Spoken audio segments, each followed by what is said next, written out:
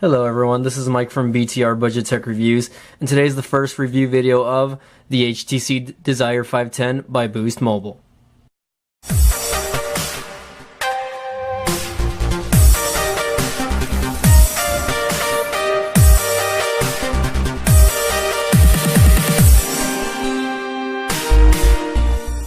Alright guys, the HTC Desire 510. I've had this phone for a couple of days, and I've gotten to mess around with it actually for a little bit, actually quite a bit. And let's start off with physical features of this phone. Excuse the weird camera angle, my tripod isn't able to hold my, well, you know what, let me move it up just a little bit. There you go. Tripod adjustments during review videos work, guys. But let's start off with physical features of this phone. This phone is sporting a 4.7-inch touchscreen.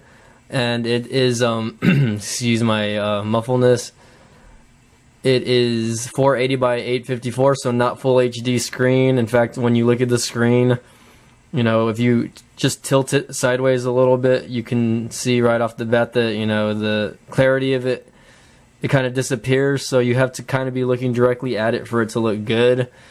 All the way around, this phone is very, very plasticky feel, and when I mean that is, it's got a big clear coat of shiny gloss plastic around the back.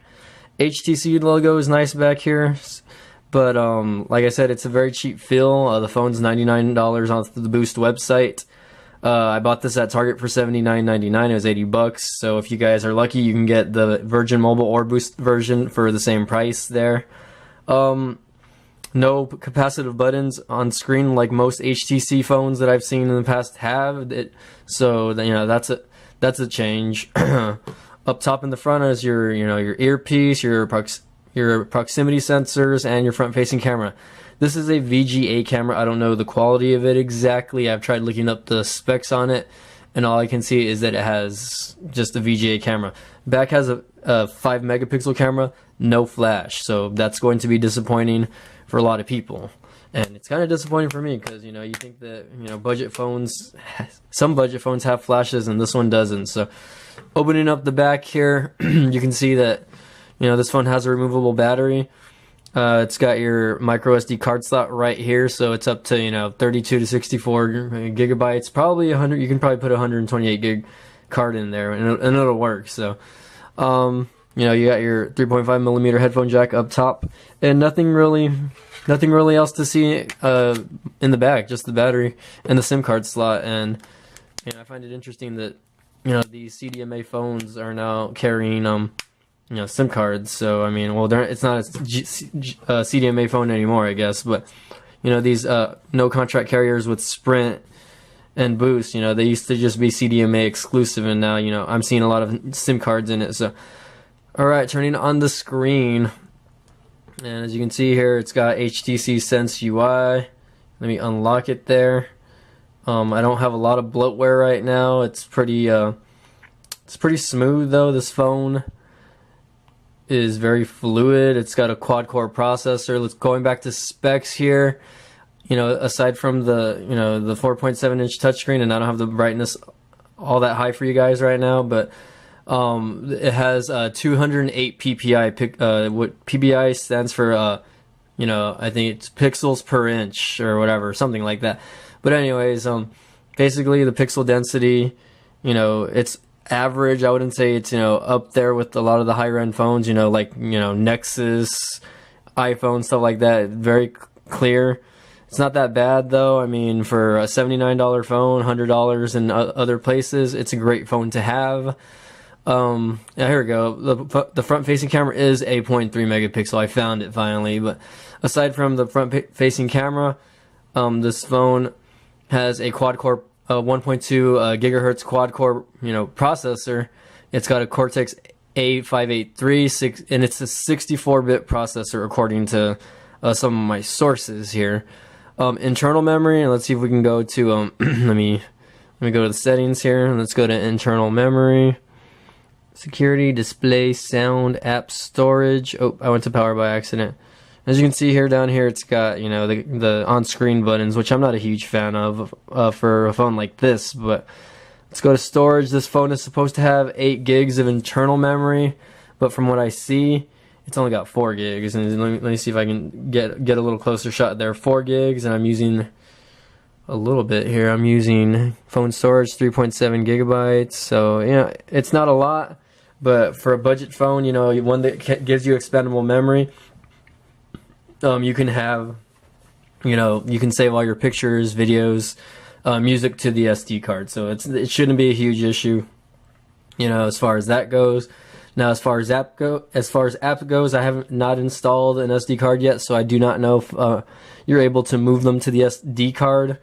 But like I said, it shouldn't be a huge issue. People who buy this phone are mainly going to use it, just for Facebook and Twitter, maybe Snapchat, things to that nature. Apps that that don't usually hog up too much memory. Now let's go to the about section of this phone. Let's take a look here, guys. You can probably see me there in the reflection. Software version 1.4.2, and let's take a look. This phone is running Android KitKat out of the box. So I mean, it's not, it's there. I mean, it has the latest version of Android, but Android L is coming out soon with the new release of the Nexus 6, which should be coming out in November. And pre-orders go out late October for that. So if you guys are into Google devices, Nexus phones, that's probably something you want to look at. But this phone does have the latest version of Android, which is really good. If you guys, some people still have phones that have Jelly Bean and still have Ice Cream Sandwich. So having 4.4 KitKat out of the box is pretty good in my book. Now I forgot to mention, maybe I did mention the phone does have a 2300, or not 4300, 2300, no, not 2300, excuse me guys, I'm getting my facts all wrong here. 2100 milliamp battery. I'm a little tired. It's been a long day. I was at school all day. I'm tired. So 2100 milliamp battery, and excuse the stutteriness. Like I said, I'm tired. It's been a long day. I was at school all day. 2100 milliamp battery and 1 gig of RAM. This so not super high end specs, but for someone that's, like I said, is just gonna get on Facebook. And here, let me get on Facebook right now just to show you guys. Let's see if I can get on the Budget Tech Review website, and let's see if I can actually move away here so you don't see all my personal stuff. But if you guys don't know about my like page on Facebook, I do have a like page. It's www.facebook.com/BT Reviews. So, and I'll leave a link in the description so you guys can take a look here. But yeah, so far, this phone, like you can see in my finger gestures, it's pretty responsive. I mean, and like I said, right now I don't have a lot of apps cluttering it up, so it's still kind of, the phone's still kind of new. I've only had it a couple of days, but I can't complain. So far, the battery life on it's really good also. Let's take a look at the battery really quick. As you can see here, like stock Android, you could actually do the 2 fingers or whatever, and it'll take you to that menu, the drop down menu bar. Or if you just want to look at your notifications, 1 finger. And if you want to delete any messages, you just press clear, and voila. And from here you can actually activate whatever's there. It's got Wi-Fi, you got your settings, your brightness. Right now I have the brightness set all the way low, so let me activate that a little higher. Bluetooth, airplane mode, the battery saver, the extra battery saver. You can turn your mobile data on and off from there, your silence, and the do not disturb feature, which is a decent feature if you don't want to be disturbed during class, or if you're taking a test, or if you just basically just don't want to be disturbed, you're trying to take a nap. So like I said, the batteries, I've had it on for like I don't know, a couple days on a full charge, and I've been using it here and there, and the battery's still pretty really good. Hold on, let me see if I can get it to show you the battery. If not, I might have to actually go back to the settings. Yeah, let's go back to the settings, and let's find the power. There we go.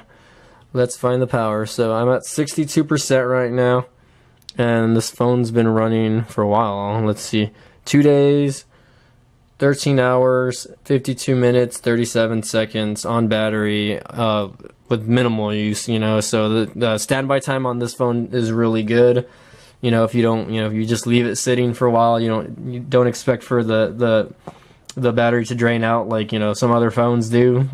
with those apps killing it in the background. So I guess that's it for now, guys.